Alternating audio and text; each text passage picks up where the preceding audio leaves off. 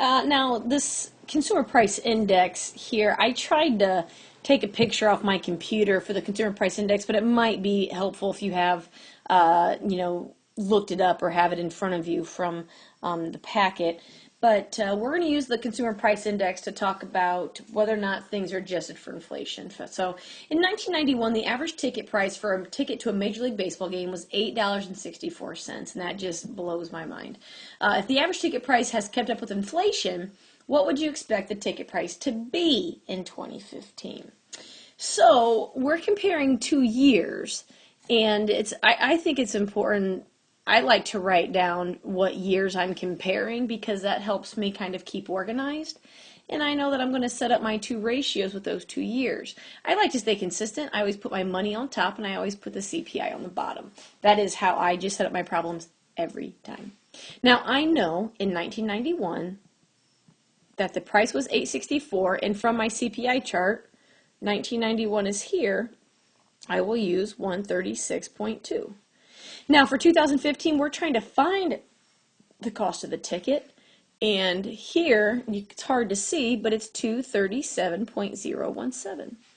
So now I use my cross multiplying of solving proportions, and I find out that if baseball ticket prices have kept up, the average price should be $15.04.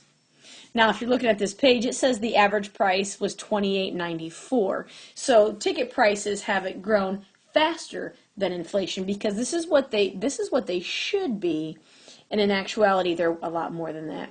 Now,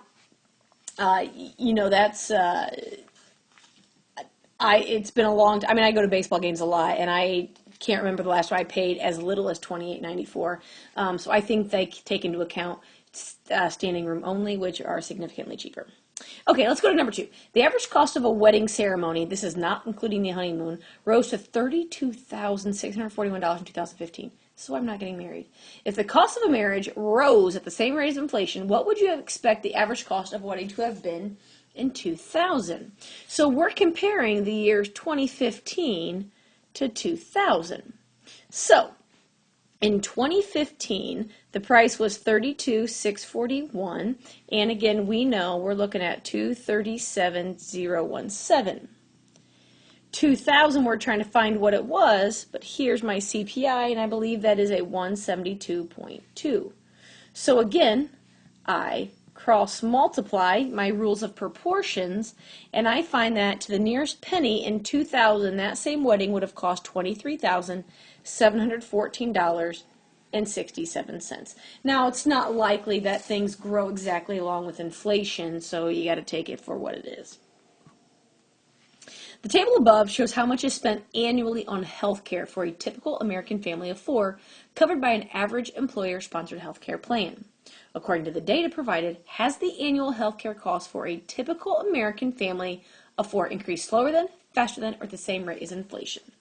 Okay, so basically these are the actuals. Let's pretend we don't know this price. Let's call it X. And we're going to find out what it should be. So I'm going to start by comparing 2002 to 2015. All right, so 2002 would be 9,235. The CPI for 2005, we got to go back to this table. 2002, excuse me, is right there. So 2002 has a 179.880. And then for 2015, we've been using that one, 237.017. This right here, I call this what it should be. Okay, and we kind of play the what if game. So when you do the cross multiplying for your proportions, healthcare for this family of 4 should be $12,168.40 if it kept up with inflation. Well, the actual is $24,000. Because the actual is greater than the should be, then it grew faster. Right? If it had grown the same as, this is what it would be. It'd be the 12,000, but it's bigger than that, so it grew faster than inflation. Now, it says provide at least 2 calculations. That just means pick 2 different years. So maybe we pick 2006 and compare that to 2015, because different years are going to give you different times. I picked 2006 and compared it to 2015 and did the same thing. In 2006, the cost was 13,382 and my CPI is 201.6. Well, I'm still using the CPI of 237.017, and when I cross multiply, it should be $15,732.94. This is the should be for 2015. Well, we still know it's over 24,000, so we can still say that healthcare grew faster than inflation. And that's how you can use CPI to make some financial conversation.